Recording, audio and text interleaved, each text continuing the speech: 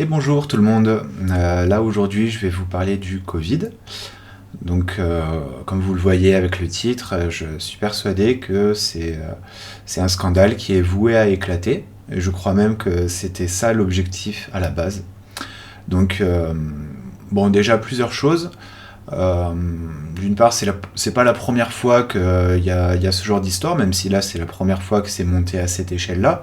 Mais il y a déjà eu des scandales pharmaceutiques impliquant des scientifiques, des politiciens, etc. Dans le passé.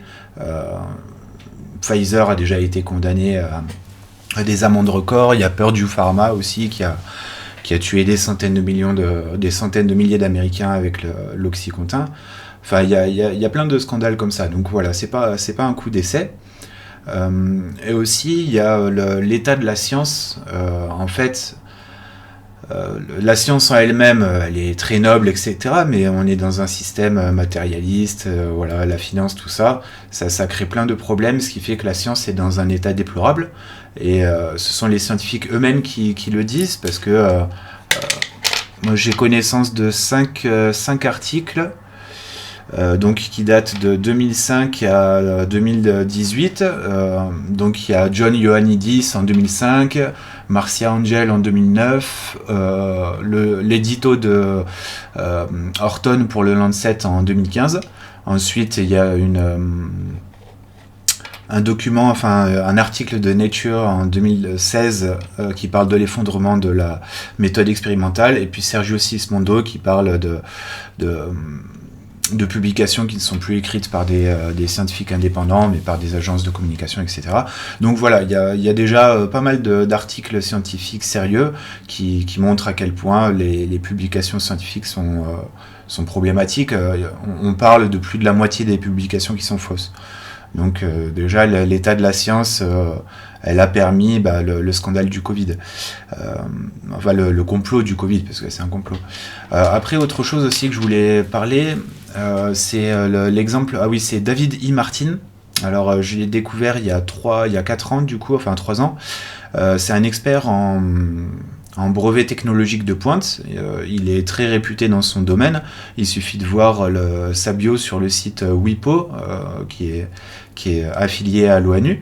Donc voilà, c'est quelqu'un de sérieux. Et en 2023, lors du troisième sommet international du Covid, dans un bâtiment du Parlement européen, il a fait un discours d'une vingtaine de minutes où il explique ce qu'il a observé, selon lui, la manœuvre entre les États-Unis et l'Angleterre, qui aurait duré plusieurs décennies, donc la manœuvre de création du virus, et puis des vaccins, enfin des recherches là-dessus.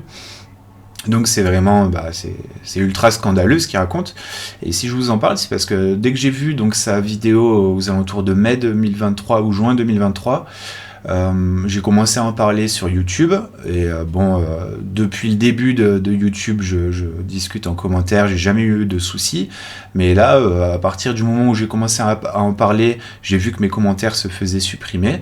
Et au bout d'un moment, j'ai reçu un avertissement de YouTube. Et pendant un peu plus d'1 an et demi, j'ai été ghosté parce que je parlais de lui. Maintenant, je suis plus ghosté, j'ai plus de problème par rapport à mes commentaires YouTube. Par contre, lui, je peux toujours pas citer son nom. Si je le cite, mon commentaire se fait effacer directement. Une autre personne de qui je voulais parler, c'est Helmut Sterz. Donc c'était un ancien directeur de la toxicologie de Pfizer qui, il y a un peu moins de 2 mois, le 16 mars dernier, il a déposé au Bundestag une déposition il a fait un discours de 5-6 minutes où en fait il valide les points, les hypothèses conspirationnistes, à savoir que le virus a été créé en laboratoire, que les vaccins auraient jamais dû passer les homologations, que les doses qui ont été données à la population, elles étaient frauduleuses, que les statistiques de la mortalité des vaccins étaient très largement sous-estimées, etc., etc. Donc voilà, tout ça, ça avance. Et là, en fait, je viens de voir avec François qu'il y a un membre de un employé de la CIA, donc un employé assez sérieux, qui s'appelle James Erdman, James Erdman, qui vient de faire une déposition aux États-Unis, il a témoigné, il est devenu lanceur d'alerte du coup, et il témoigne par rapport au dysfonctionnement, aux mensonges qu'il a vu, aux manipulations qu'il a vues de l'intérieur, quoi. Donc, la vérité, comme on dit, hein, les mensonges prennent l'ascenseur et la vérité prend l'escalier. Donc, là, je pense que on entend la vérité commencer à taper à la porte, elle va pas tarder à arriver. Et j'ai hâte que ce scandale soit mis sur la table parce que ça va changer la donne. Dès lors où on se rendra compte, où on acceptera tous ensemble qu'on a été manipulé à ce point-là, alors ça va nous forcer à nous unir et à fabriquer notre propre système. Parce que là, on voit que la corruption, elle est généralisée, que le fruit est complètement pourri en fait. Ça sert à rien d'essayer de réparer ça. Il faut tout refaire et il faut placer toutes les sécurités démocratiques à tous les endroits clés, etc. On a toute l'intelligence, tous les outils, toute l'expérience commune pour faire quelque chose de magnifique, donc voilà, à nous de le faire. Et je termine avec l'histoire du Covid, parce que quand même, c'est vrai, moi je trouve ça génial, façon de parler, quoi, mais en fait, il y a le journal The Economist, donc Karl Marx en avait parlé déjà, il disait que c'était l'arcane du pouvoir. C'est vraiment un journal extrêmement réputé au niveau de la finance, etc.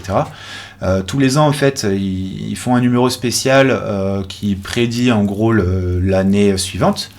Et donc, pour le numéro The World in 2019, qui est sorti donc un peu plus d'un an avant le Covid, sur la couverture, de toute façon je vous la montrerai en vidéo, en tout il y a 8 éléments qui font le lien avec le Covid.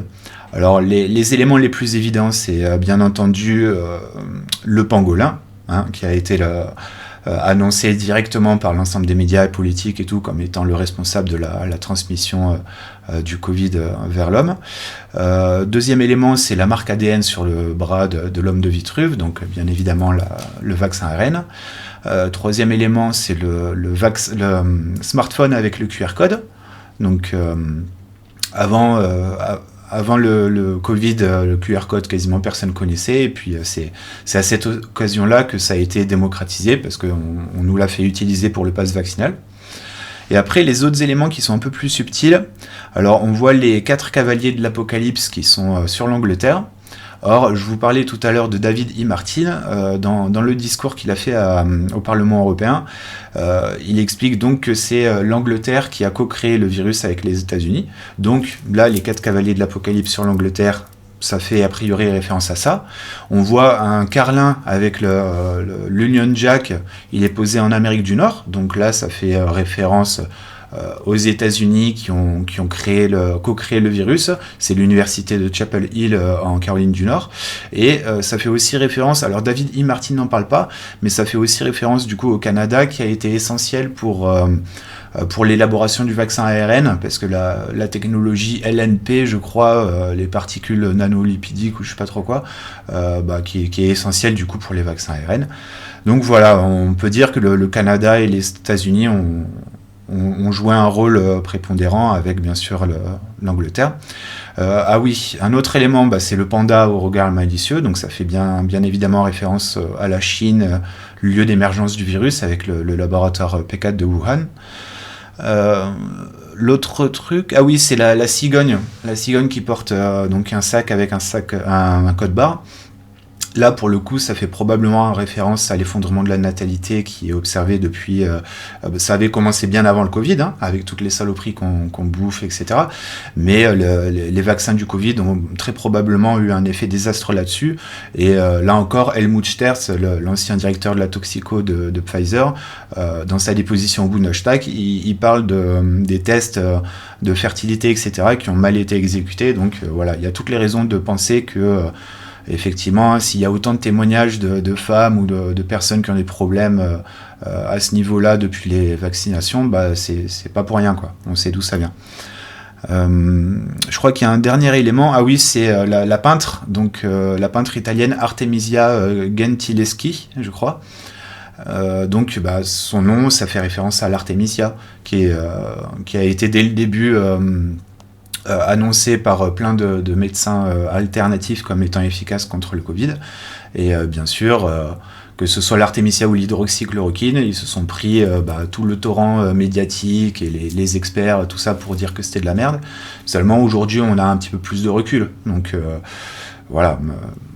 Je dis pas que l'hydroxychloroquine et l'artémisia sont efficaces, mais par contre, étant donné que de toute évidence, ils ont manifestement créé le laboratoire en vaccin, ils savaient ce qui allait être relativement efficace ou pas, et donc qu'ils annoncent, qu'ils fassent cette référence à l'artémisia dans ce numéro-là de The Economist, c'est pas anodin, tout comme le fait que l'hydroxychloroquine a été régulée en France en janvier 2020.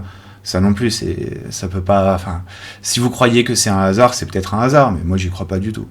Tout comme d'ailleurs l'Event 201 qui a eu lieu 3 mois avant le Covid, là en octobre 2019, qui a été co-organisé par Bill Gates et le Forum économique mondial. Bill Gates, ça faisait des années qu'il nous parlait d'une pandémie qui allait arriver, etc. Et puis là, on se rend compte avec le dossier Epstein que Bill Gates, il avait monté avec Epstein un genre de dossier financier sur la pandémie.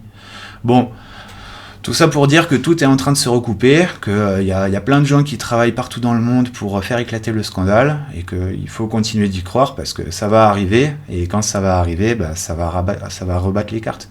Et aussi une chose qui va être exceptionnelle quand ça se produira, c'est que ça va désamorcer nos haines collectives, les haines qu'on se voue les uns contre les autres, parce que dès lors où on comprendra à quel point on a été manipulé par ceux qui nous gouvernent, on comprendra aussi que nos haines, elles sont créées par eux, divisées pour mieux régner, comme on dit.